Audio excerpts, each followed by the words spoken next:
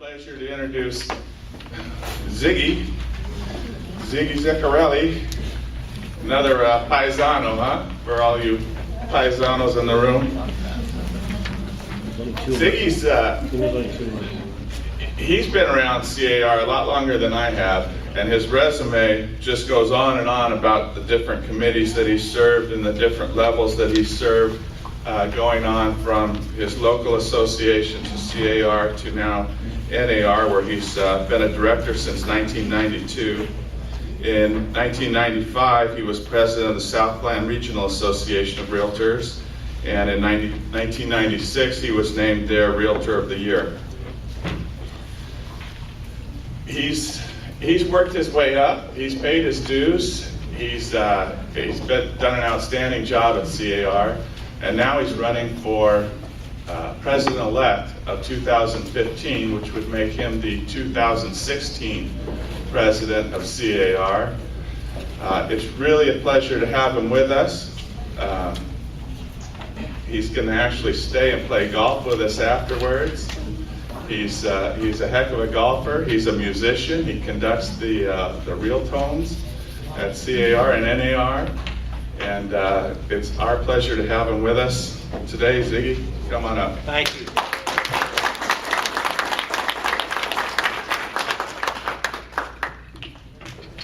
Good morning, everybody. Good morning. Get this machine working here.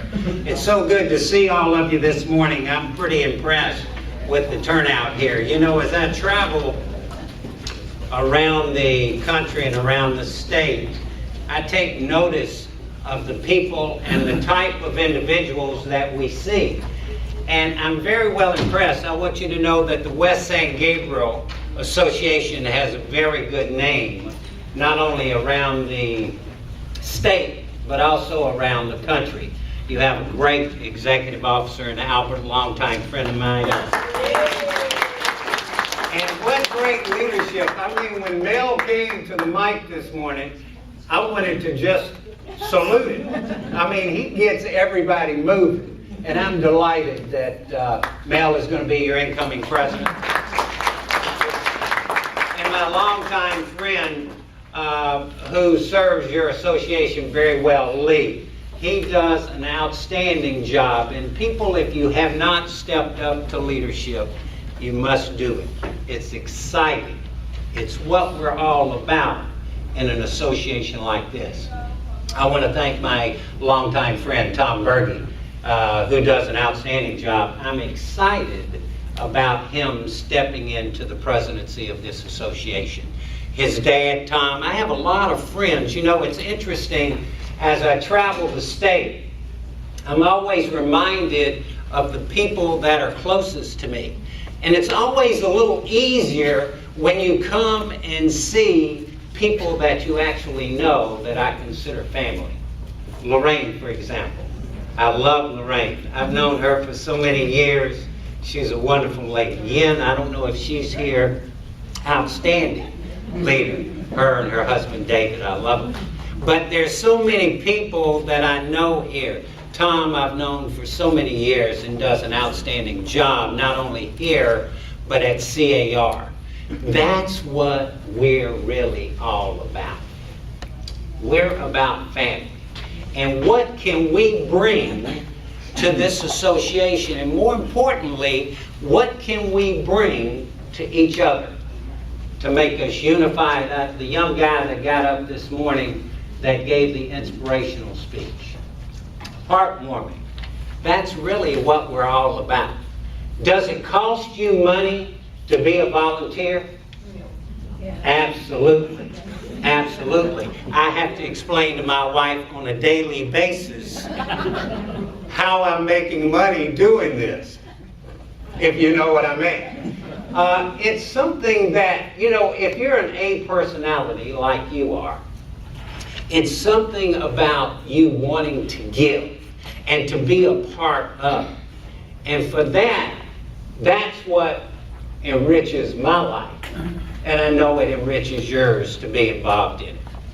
So today, as we look around, in fact, as I was driving over this morning, I was thinking about how warm it was going to be today. And then my attention suddenly turned to how cool it is to be here with you this morning. This is what I love. This is what I do well. And this is why I'm so happy to be a part of your team. You know, it's interesting, if you think about leadership and how you get pulled into it, it's interesting. How many people are excited to be here this morning? How many people wish you had stayed home? How many people are here and don't know you're here? Oh, that's the real people right there. That's the real people. Our industry is built on volunteerism, and we talk about leadership.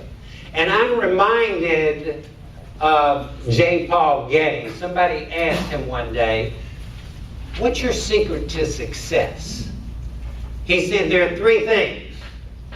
Wake up early, work hard, strike oil. Now, obviously, we can't all strike oil, but hopefully, in the mix, we'll get lucky down the road and make the kind of money that we're talking about. I'm very happy to be here this morning. And it's interesting because how many titled people do we have here this morning? Oh, they all left the house. And by the way, I love that hat. When I go home to Alabama, I'd like to wear that. Oh, okay. I like it. Do we have any attorneys in the room? Good, maybe we'll tell an attorney story. How many realtors do we have in the room? That's what I'm talking about. That's what makes me proud. And it's interesting, if you think about what we do every day, day in and day out, is try to serve our community. Try to do a good job on behalf of a family that's just moved here from out of state, out of the country, to make them part of the American dream. I have people that say to me, my agents tell me, "Papa Zig, I'm having a difficult time because these people want me to find something for them that's almost impossible to find." How many people have had that experience? Absolutely. And my response to that is, if it were easy, they could do it themselves. So, you know, when you think about our business and think about what we're all about and think about what makes us tick, we must understand that they probably won't buy what they asked for in the first place. They probably, if they say, "I want to be right here," they'll end up buying something over here that's completely different than what they had originally asked for. So it's interesting, our jobs are one that we not only have to be a realtor, we have to be a brain surgeon, we have to be a psychologist, we have to be a priest, we have to be whatever it is to make it work. You know, I'm awfully reminded of when I first started in the business. How many people have been in the business for over 30 years, 35 years? So some of you would remember our purchase agreements, our listing agreements were on a card about this size. Yeah, about that size. The whole deal. How about now? What's it like now? 10 pages. How about those addendums? Another 20 pages. But we're in a litigious society, so I guess that's incumbent upon all of us so that we can dot those I's and cross those T's. But it's changed. Real estate as we know it today will not be the same in 10 years. How many people agree with that? How many people know that the banks are trying to run us out of business? They're trying to do the one-stop shopping, right, Tom? They're trying to make it where people don't need us anymore. The consumers don't need us. But guess what? The realtor, in my opinion, And one of my goals is to make sure that our members and the realtor are always at the center of the transaction. How many people believe that? No matter how many people go out, and we get calls every day from the consumers that say, hey, I'd like to look at this property. And you don't even know about the property. Where are they getting that information? Internet. Internet.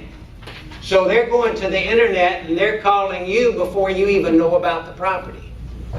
It doesn't matter. They can do that. They can continue to go to the internet. But when it comes to the center of the transaction, the realtor is the most important person. They need you. How do you think the business is going to change in another 10, 20 years? Anybody? Yes. How is it going to change? A lot faster. You look at statistics now, 80, 90% of people that are buying homes are going to the what? Internet to buy. Okay, that's fine. That just means that we as realtors need to be a little more astute about what we do. We have to be a little more on purpose about our leadership qualities. It's interesting. How do people get involved in an association like this? How do you get involved? In my office, I force them to join the association. That's very good. That's my kind of broker right there. The important part of all of this, and people that have been around like Tom, Lorraine, you know that you have to invite people to be a part. It's very important. It's interesting because when I grew up, I graduated from the University of Mississippi. I'm from Birmingham, Alabama. You couldn't tell because I've lost all of my accent. And it's interesting, but when I grew up, I'm a second generation realtor. And my father taught me integrity and honesty and character. That's what we're all about. It's important. And as I grew up, I went off to college. I got out of college. I was in the entertainment business. And after that, my father always said to me, okay, Pasquale, don't you call me Pasquale. He said, Pasquale, I want you to get your real estate license and get involved in real estate. And as the real estate continued to flourish, and as the entertainment business seemed to move around, I said, why not get my license? But it was interesting because when I got my license, I was a little quiet, believe it or not. I was quiet to the point where I was a little intimidated by what was going on around me. I got involved in an office, and I'll never forget this, and many of you have experienced this. You get your license, and then at that time, you'd get all of these letters from different companies wanting them to come work for you. Did anybody experience that? And then you make your choice. And I interviewed people, and I got out there, and finally I made a decision on where I wanted to be. And the broker at that time said to me, Ziggy, I'm going to teach you everything you want to know about the real estate industry. I'm going to teach you about residential. I'm going to teach you about land and probates, apartment buildings, commercial. I was so excited I couldn't wait to do it. I said, Stu, when do we meet? He said, can you be at my office at 9 o'clock in the morning? I said, that's fabulous. I go home, I stay up, I'm drinking coffee, I never go to sleep. I shower, I head down to the office in Tarzana at 8 o'clock in the morning, looking forward to meeting Stu. I'm waiting. Finally, I say to the girl at the front desk, I have an appointment with Stu at 9 o'clock. Is he going to be here? She said, he's running a little late. I said, okay. So I waited. At 9:45, Stu walks in. I walk into his office and he said, Ziggy, you're going to make a lot of money in this business. I said, Stu, I'm a little concerned about learning all of these things that you had told me about, that you're going to teach me. Where do we start today? He said, Ziggy, I want you to get out there and go knock doors. I said, what about all of this teaching you were going to do? He said, knock those doors. And I'll never forget it. I went out there and I was knocking on doors, knocking on doors, knocking on doors. People not coming to the doors. Some people coming to the door, slamming the door in my face. I'm going, wow, is this the real estate business that I wanted? I had been in the entertainment business, so I know about some of that rejection, you know. And I'm thinking, I don't know about this. I knock on. Guy comes to the door. I said, hey, I'm Ziggy with XYZ Realty, and I'm here to talk to you about real estate. He slammed the door. So I keep walking. The same thing happens, house after house after house. I get to one door and I knock. Guy comes to the door.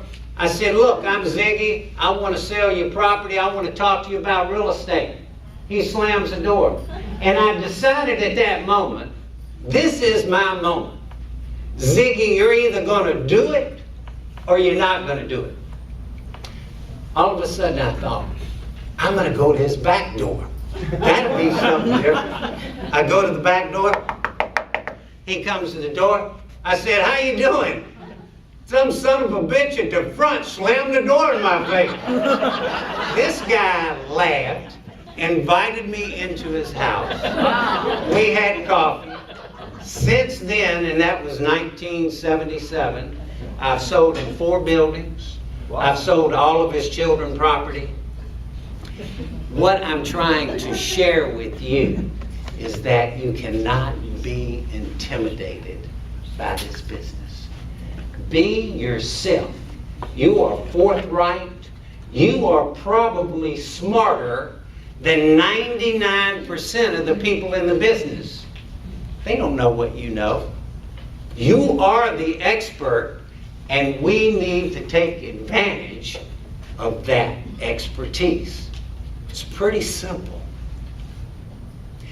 Getting involved with the association. How many people were asked to be a part of the association? By somebody else, right? That's very nice. So when you got in, it's interesting because when I first got in, I wanted to be a part of, but yet I sat in my office thinking, all of these people around me are doing this fabulous business. What am I doing? So this is a business that you must be a self-starter. Are you self-starters? How many people are self-starters? One of the things in this business, a word that I use around the country and around the state, resilience. We are resilient. Would you agree? Yeah. Say it with me. We are resilient. Say it again. We are resilient. Nobody can kick you down. You have style. You have more than anybody else has to make you rise to the top. The secret is you must believe in yourself. How many people believe in themselves? Got to do it. Got to do it. So when you talk about what you're going to do or how you're going to do it, it's important that you be a part of the association. Be a part of leadership. When you think about it, in leadership, we always say, and when people say to me, how do you stay so involved? I'll tell you what, with your association, when you do a good job, they're going to ask you to do something else, right? So we as realtors, let's talk about us for a minute, not the association. Let's talk about us. When you do a good job and you volunteer and you do a good job, and Lydia does something well, they say, we want you to do something else. And then we want you to do this. And we want you to be on the executive committee. And we want you to be on the board. And we want you to chair this. But it's incumbent upon you to make sure that you have all your ducks lined up, correct? If you don't have your ducks lined up, what happens? You find yourself volunteering yourself to death. So it's important for you to realize and maintain that little bit of dignity for yourself, to know that it's important for you to maintain your own self-sufficiency. So let's talk about a little bit about NAR, C.A.R., some of the things that we do. Let's talk about RPAC. How many people are familiar with RPAC? Raise your hand. What does RPAC stand for? Realtors Political Action Committee. Very good. Realtors Political Action Committee. It's important that we give or invest in the Realtor Political Action Committee, because we have issues that we deal with day in and day out in our association, in our area. What are some of the issues that you're dealing with over here? How about appraisals? Anybody have a problem with appraisals over here? It's ridiculous. Bringing out-area appraisals to properties, appraisals coming in low. Has anybody experienced that? I mean, it's nuts right now. How about a topic that serves us all right now, and as I travel around not only the country but our state, this is important. Pocket listings, off MLS listings. How many people are experiencing that over here? What are you doing about it here? Every association is different, but how is your association handling this? Anybody? Violations. Violation, okay. There's a remedy, I know, for all of that. I know in our association at Southland, now if you take a listing and you want it to be off market, you have to turn in the first page and the last page of the listing agreement. We're a paperless board. Are you a paperless board here now? Okay, so there are things that can be done, but these kind of people, these kind of issues, we're going to have continually. So I think these are the things that we need to be aware of and to make sure that we continue to move forward with it. When it comes to investing in Realtors Action Fund, how many people have invested in that? $198 up to $5,000. That's very important. Our job is to make sure that we encourage other people to get involved with that. I think about it as the good, the bad, and the ugly. If you think about the good, we defeated the $225 transfer tax. That's huge. That's huge. In LA County, our dock stamps are $4.50 per thousand. The city council were trying to raise it to $10 a thousand. That's incredible. We went down, I testified before the city council, we were able to keep that off the ballot. What other fees do you have here? Dock fees, transfer fees, what else do you have? Utility tax. Utility tax. And it's our job as realtors to try to keep that away. Mortgage interest deductibility. They're voting right now, they're trying to clean the slate and not allow for mortgage interest deductibility. We need to fight for that. That's the reason we want people to buy property. That's the reason for them to buy property.